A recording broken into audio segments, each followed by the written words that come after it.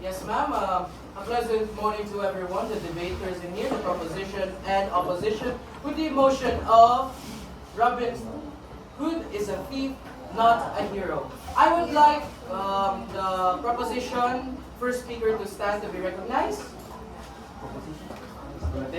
Yes, proposition. Thank you. The opposition's first speaker, please. Speaker 2 of the proposition. Speaker 2 of the opposition. Speaker 3 of the proposition. Speaker 3 of the opposition. Speaker 4 of the proposition. Speaker 4 of the opposition. And the final focus for the proposition. Final focus for the opposition, please stand. Okay. Well then, everyone, a pleasant morning and a good luck to all of you, since this will be heated. I would like, Madam Chair, to just tell me a birthday. Okay. Requesting all the audience to please refrain from talking or even whispering during the whole process of the debate so that we judges could easily grasp what the speakers are trying to say. Mr. Moderator, may I know the time limits? The time limit will be, for the speaker 1 and 2, will be 4 minutes. Crossfire will be 3 minutes at minimum. Then after that, grand crossfire will be 1.3 minutes. Each of them. Is there any more opposition? Okay. Nothing anymore. Mr. Moderator. Opposition. First speaker, please enlighten us. Start. Your time starts now. Judges, esteemed opponents, and respect audience, I am General Testigas. Today, we affirm the motion that Robin Hood is a thief, not a hero. Robin Hood is often, or not always, considered a hero for stealing from the rich to give to the people. However, I argue that Robin Hood is actually a thief, not a hero, for several reasons. First, his actions do not address the underlying causes of poverty and inequality. While he may redistribute wealth by taking from the rich, this is only a temporary and effective solution. Robin Hood's method of stealing does not challenge or change the system that caused inequality in the first place. Systems like unfair economic policies, lack of access to resources, and social structures to keep the rich in power. These actions fail to address the real causes of poverty, like lack of education or opportunity, which prevent the poor from escaping their circumstances. Rather than focusing on long-term solutions like advocating for fair wages, better education, or systemic reforms, Robin Hood approach is a quick fix that doesn't lead to lasting change. If you continue to rely on actions like Robin Hood, just redistributing wealth, we miss the larger, more important work for fixing a system that keeps the people trapped in poverty. By focusing on rather than reform, Robin Hood fails to solve the problem in a meaningful way. These actions, while seemingly novel on the surface, ultimately reinforce the same cycle of inequality without addressing its root causes. Therefore, Robin Hood may appear to be helping the poor, but he is simply a thief who offers no real solution to the problems he willing to fight against.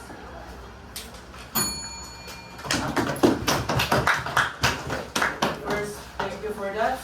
The first speaker for the opposition, please. Your time starts now.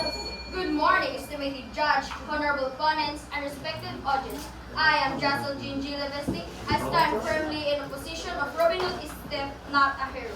Robin Hood's action demonstrates noble intentions, selflessness, and a deep commitment to justice and equality. By analyzing his character, motivation, and the impact of his action, we can clearly see that Robin Hood embodies the traits of a hero. Robin Hood's actions were motivated by justice and greed. Unlike a thief who steals for personal gain, Robin Hood's goal was to rectify systematic inequality. The oppressive taxation is systemic under Prince John Impoverished. The common people, while enriching the aristocracy, Robin Hood redistributed wealth from the corrupt alike to those who needed it most. Ensuring survival and basic dignity for the marginalized, his actions were driven by a sense of moral responsibility to challenge injustice.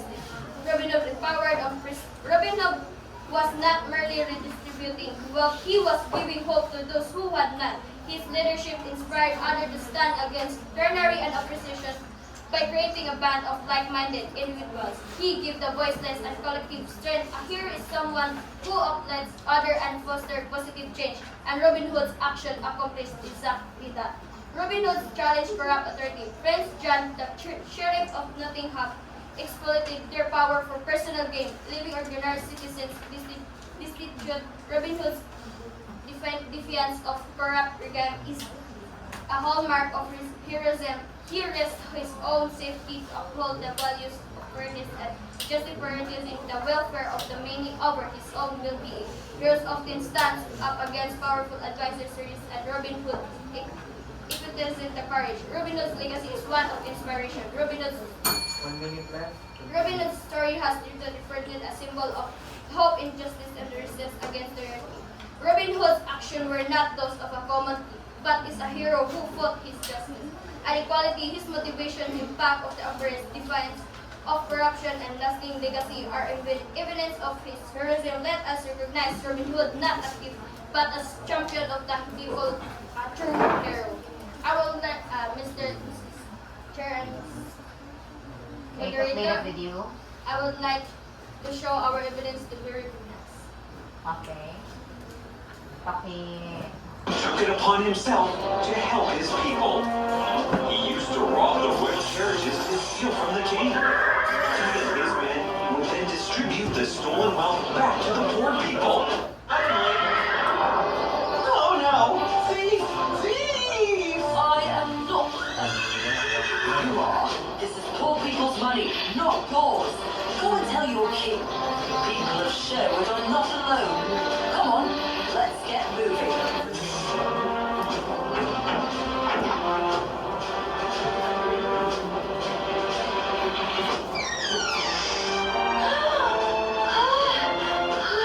Thank God for Robin Hood, Jasmine. We owe our lives to him. Robin Hood, he angered the king, and now you have to pay for it. Robin Hood is a good man. He cares for us. Unlike your selfish king, he is a cruel man. Nonsense! You are a thief, a goon, a dacoit. And what are you, your highness? You steal from the poor. Where does tax money go? What is your palace doing with it? Just because you sit on that throne does not mean you steal poor people's money. I am not a thief. The money I take belongs to my people. I return to them what is rightfully theirs. Let our highness. Time's up. Thank you for the evidences. Position side, I would like, Madam Chair, if you're ready, ma'am, just have the word. Okay, well then, affirmative and opposition side. I would like to call upon the speaker one for affirmative side. Please enlighten us. Your time starts now.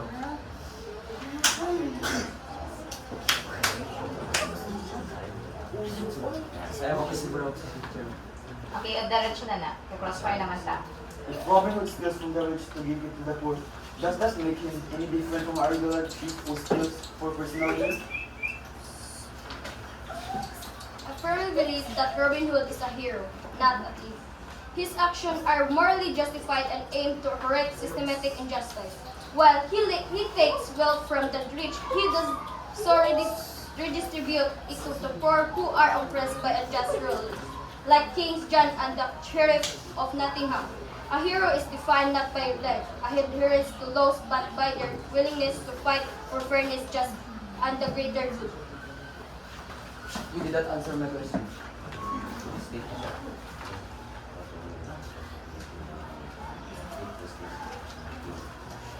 What I mean is, does that make him any different from a regular thief who steals from a personal gain?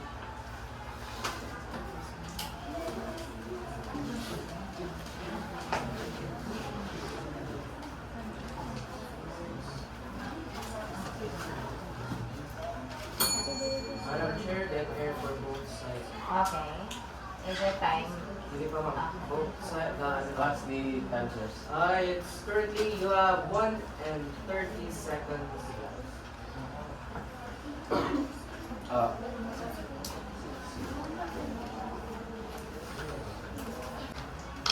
Does that make him any different from a regular thief who steals for personal gain?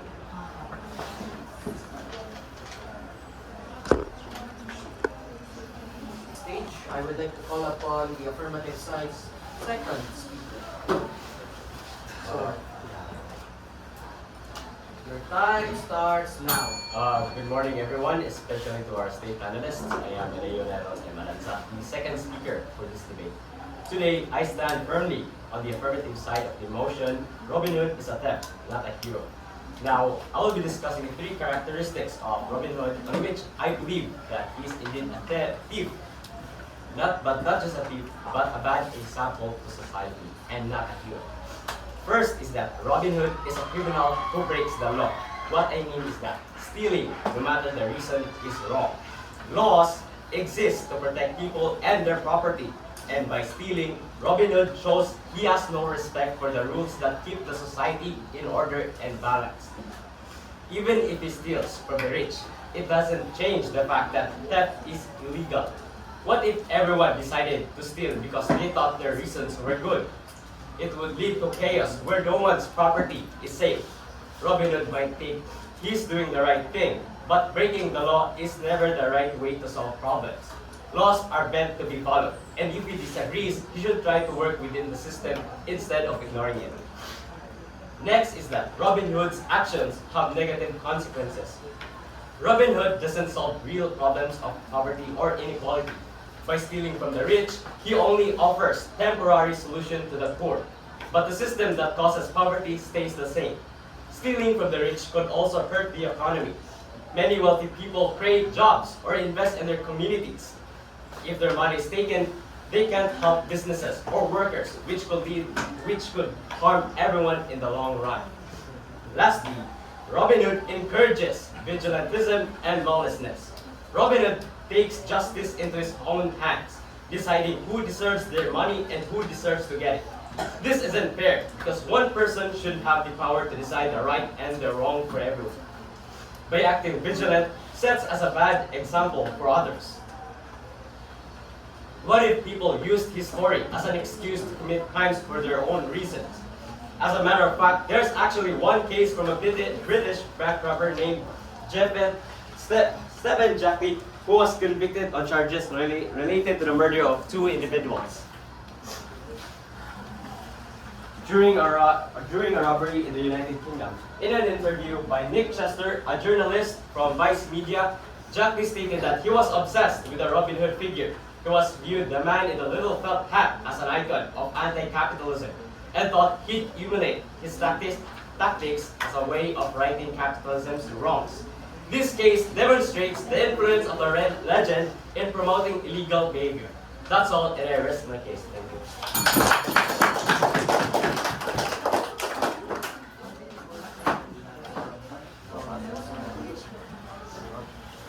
Thank you for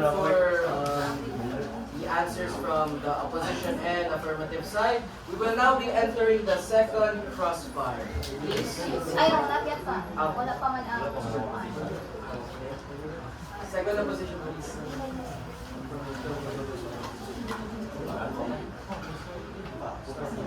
Timer starts now. Good morning, judges, audience, and fellow debaters. I am Lara Isadero as the second speaker for the opposition. Our further demonstrate why Robin Hood is not a hero. Robin Hood didn't steal to enrich himself to indulge in wealth. Instead, his actions were driven by a desire to address the growing social injustice in his time.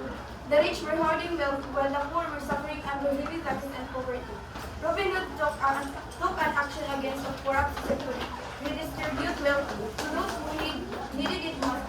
His ultimate goal was not personal gain but social equality and justice in this sense, his actions can be seen as acts of resistance against a deeply unfair society, not criminal acts.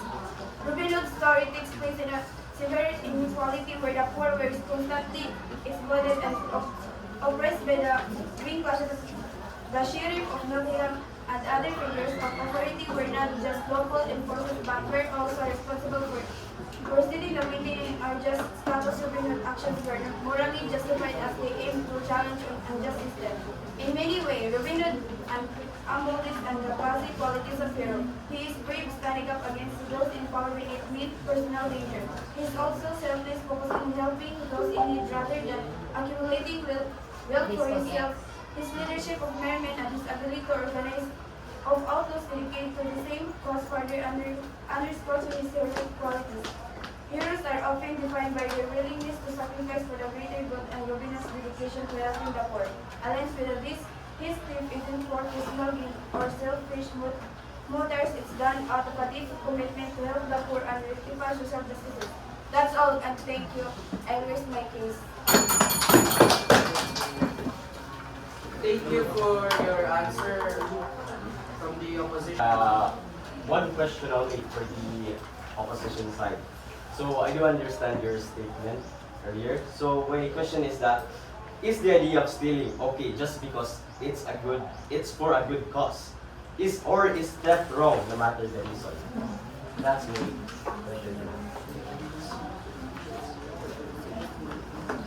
I'll repeat. Is the idea of stealing okay just because it's for a good cause? Or is theft wrong no matter the reason?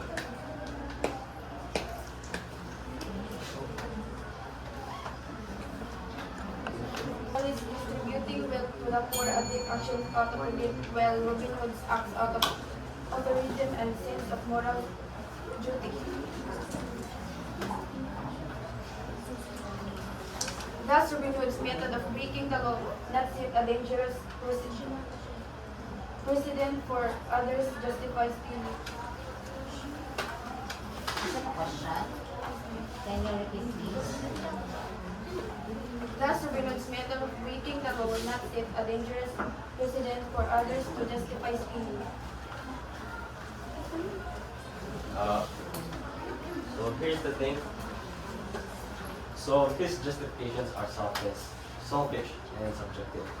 Robin Hood said he was helping the poor, but his actions were based on his own sense of justice. Not a fair system, actually. Who decides right and wrong? Robin Hood acted as a judge, jury, and executioner. He decided who was rich enough to steal but who deserved help.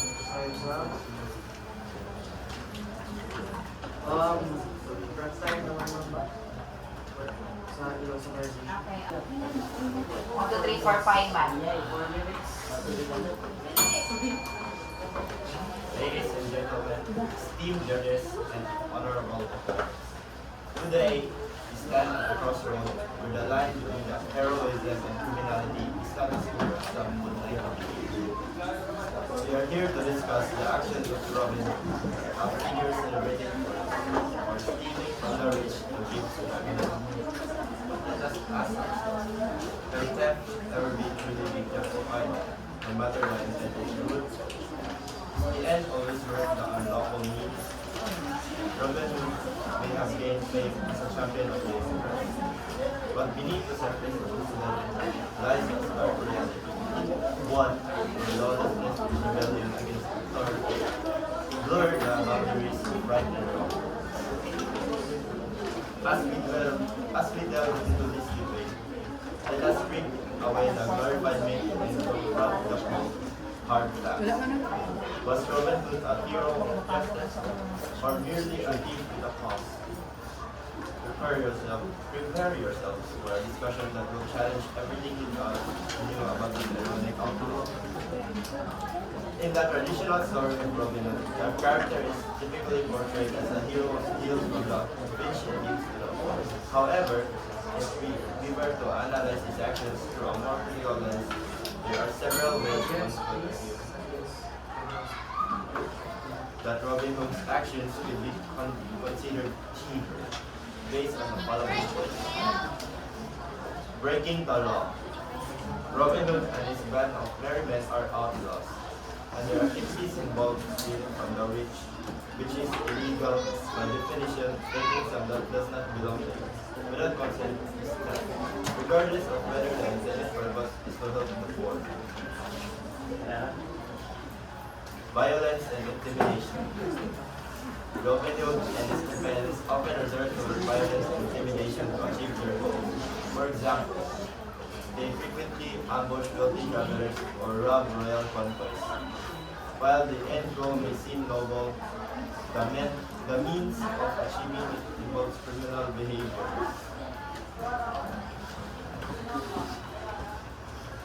Rebellion against the establishment system. Robin Hood's activities undermine the establishment legal and social system of the time. By rejecting the rule of law and acting outside of it, he could be seen as a criminal who disrupts society's orders, thus resembling a thief rather than a hero in a traditional sense. While Robin Hood is traditionally portrayed as a folk hero who righted society's wrongs, these elements of his behavior can be interpreted as theft in the legal sense. Ultimately, the interpretation of Robin Hood's character depends on one's view of justice, morality, and the law.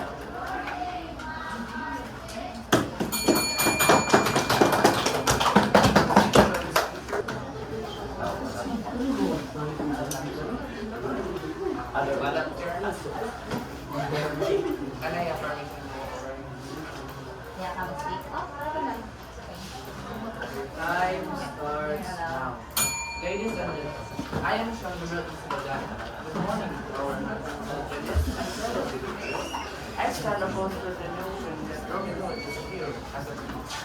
Robin Hood, often depicted as a notorious outlaw, is frequently misunderstood as a merchant. However, when analyzed through a Sean, just stay in one place, Sean. it is that Robin Hood You can move forward. You can move forward. Just stay in just one place lang. Just You can move more or less, forward. it becomes evident that Robin Hood was in fact adhered to step up for justice, fairness, and the well-being of the oppressed. His actions unconditionally were driven by a moral compass that sought to correct the imbalance of wealth and power in a society rife with corruption and inequality. Rather than being a bold thief, Robin Hood should be recognized as a symbol of resistance against tyranny and advocate for the marginalized. In many ways, Robin Hood embodies the qualities of hero. He took risks, faced dangers, and stood up for the vulnerable at great personal cost. His courage and conviction made him a beacon of hope for the oppressed. In a world where those in power used to love, oppress, and control, Robin Hood used his skills and wits to challenge authority and fight for justice. His actions of breaking the law were motivated by a deeper sense of right and wrong that transcended legal technicalities. In conclusion, Robin Hood should not be seen as a criminal, but a hero who fought for oppressed and challenged the unjust systems of his time. By redistributing wealth from the corrupt rich to suffering poor and embodied the qualities of a hero with moral and conviction and desire to right the wrongs of society. Therefore, in the debate over whether Robin Hood was a criminal or a hero, it is clear that he was in fact a hero who stood up for the values we still cherish today. Thank you.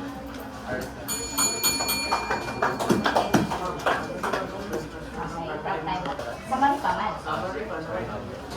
I'd like to request speaker one summary for this. Speaker for this. Hindi lang masok ko. Hindi lang masok ko. Okay. Any representatives from Any of. Ha? Sa summary? representative Representative. Speaker 4 for na.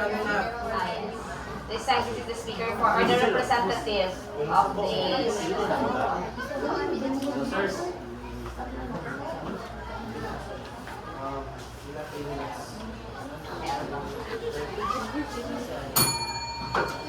A pleasant morning, everyone, especially Madam Chair and my fellow debaters. I am Princess Carol A. Alba, a fourth speaker on the affirmative side. Robin Hood is often seen as a hero, but a closer look shows he was really a thief. While his actions might seem noble on the surface, robbing the rich to give to the poor. When we dig deeper, we see that his method and their consequences make him unworthy of the heroic title. Here are the main reasons why Robin Hood is a thief, not a hero. 1. Breaking the law is not heroic. Robin Hood's actions go against the law. Theft is theft, whether you steal a loaf of bread or a chest of gold. Theft is illegal and wrong. A true hero finds a way to work within the law to create change instead of breaking it. Promoting violence. Robin Hood didn't steal and didn't just steal. He and his merry men used violence or the threat of violence to get what they wanted. This makes him no better than the oppressive rulers he claimed to fight against. 2. His justifications are selfish and subjective. Robin Hood claimed he was helping the poor, but his actions were based on his own sense of justice, not a fair system. Who decides right and wrong? Robin Hood acted as judge, jury, and executioner. He decided who was rich enough, who was rich enough to steal from who deserved help. What if he was wrong? A true hero would focus on creating a fair system, not personal judgments. Motives are questionable. Was hero was really helping the poor, or was he settling personal grudge? Many stories show him acting out of revenge against the sheriff of Nottingham, not purely for the greater good. 3. He created chaos, not solutions, instead of fixing problems. Robin Hood made things worse, disrupting society by stealing from the rich. He didn't fix inequality, he just caused more chaos. The rich, whether nobles or merchants, were often responsible for employing workers, funding towns, and supporting trade by targeting. Time's up. Opposition side. Good morning, ladies and gentlemen. Walang timer. Your timer starts now. Good morning, ladies and gentlemen. To our honorable judges and fellow debaters, I am Erifay Arpalarca. I stand opposing the notion that Robin Hood is a hero, not a thief. Throughout this debate, we have highlighted the principles that define heroism, selflessness, courage, and a commitment to justice. Robin Hood embodies these traits by challenging an unjust system, fighting for the oppressed, and redistributing wealth for common good. Let me summarize the key points that support this position. Robin Hood, often viewed as a mere outlaw, should be recognized as a hero who fought for justice and the oppressed, living in the time of corruption and inequality. He robbed from the rich and gave to the poor to address the suffering caused by harsh rulers.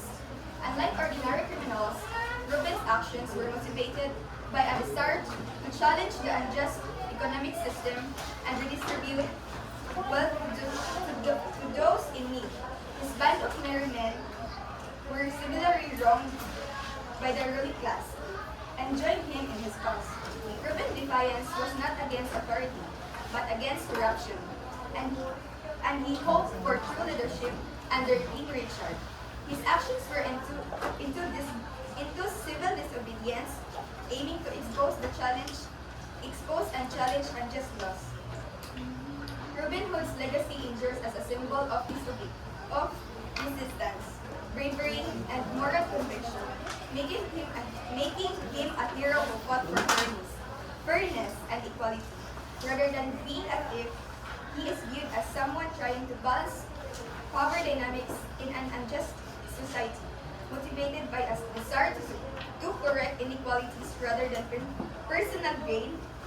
His intent to help the marginalized and address social injustice should be the basis for evaluating his actions, emphasizing that his theft is driven by a commitment to support those in need. Mayor Managata. So, just like Lara stated earlier, that Robin Hood's actions were heroic, right? So my question is, how can you tell that Robin Hood is a true advocate for change if the first thing he does is to steal, which is clearly illegal and unethical? Sorry. That's all. Anybody could Anybody answer. could answer? During the grand crossfire, anybody could answer.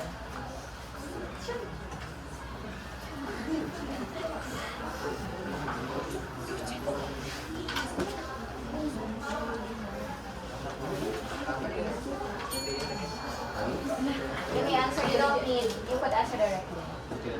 Anybody. You don't need approval kung ipa-answer ka. Answer directly. Dead hair. Dead hair.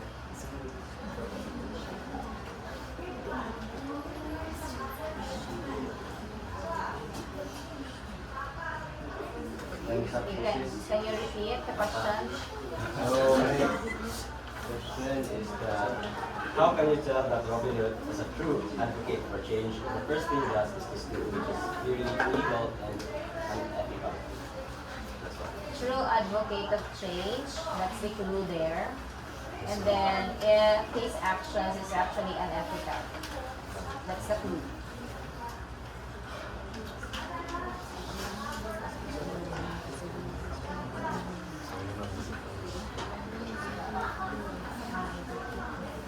Okay? Answer directly. This is Grand Crossfire. Noted air as much as possible. So you start the 5 seconds. I mean, ma'am. Makatime ka. Time na siya, ma'am. Na-time ka? Sir, sir. 1 minute left.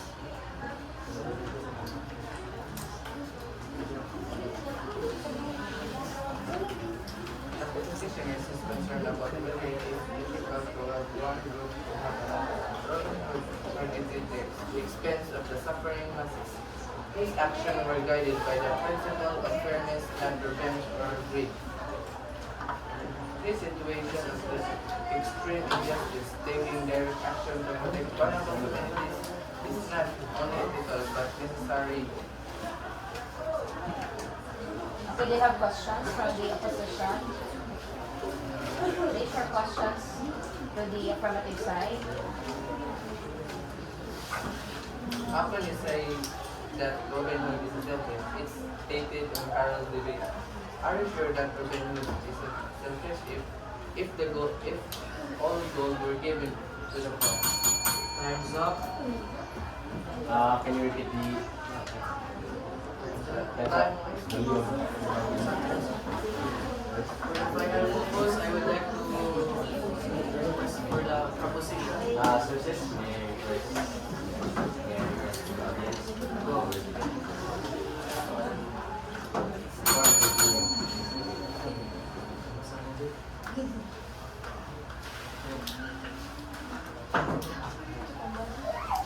Timer starts now. Good morning, everyone. I am Martin Tepacorva, the representative of affirmative side for the final focus.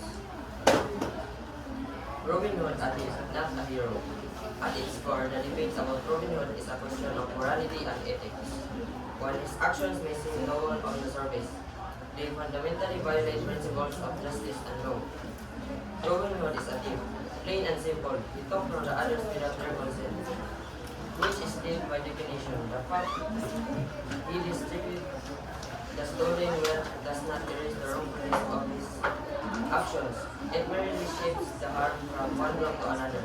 Wealthy individuals have legal ownership of their resources, and Robin Hood's unilateral decision to take it away bypass any due process or legal justification. This determines the role of law, a cornerstone of a functional society. In the end, Robin Hood was not a true advocate for a change. A hero doesn't just treat as symptoms of a problem. They work to fix the system itself, no long-term solutions.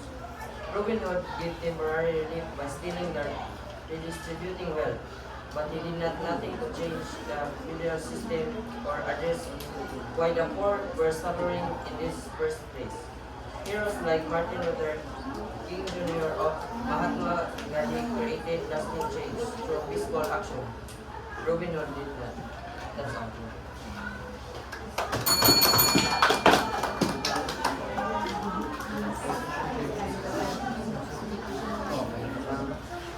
Writer stars from Good morning, everyone. I am Maria Scarlett Estefano. I am here to state the final purpose of opposition side.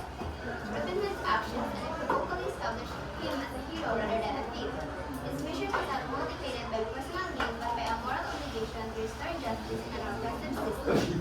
Robin Hood redistributed wealth stolen from the poor by corrupt elites, ensuring that the disenfranchised could survive and thrive. While some may argue that seeking restoration is safe, it is critical to examine the context. His actions targeted unlawful hoarding of resources at the expense of the needy. His series of great heroes who stand against narratives, and Robin Hood's legacy is no different. He upheld the principles of fairness and equality, proving that justice sometimes requires both actions. In a world plagued by corruption, Robin Hood's courage and selflessness made him a true hero, not a thief. Robin Hood is a hero because he championed justice and equality in the face of systemic corruption. The wealthy nobles and tax collectors of his time exploited the poor, amassing wealth through oppressive and unjust means. Robin Hood's actions targeted this corruption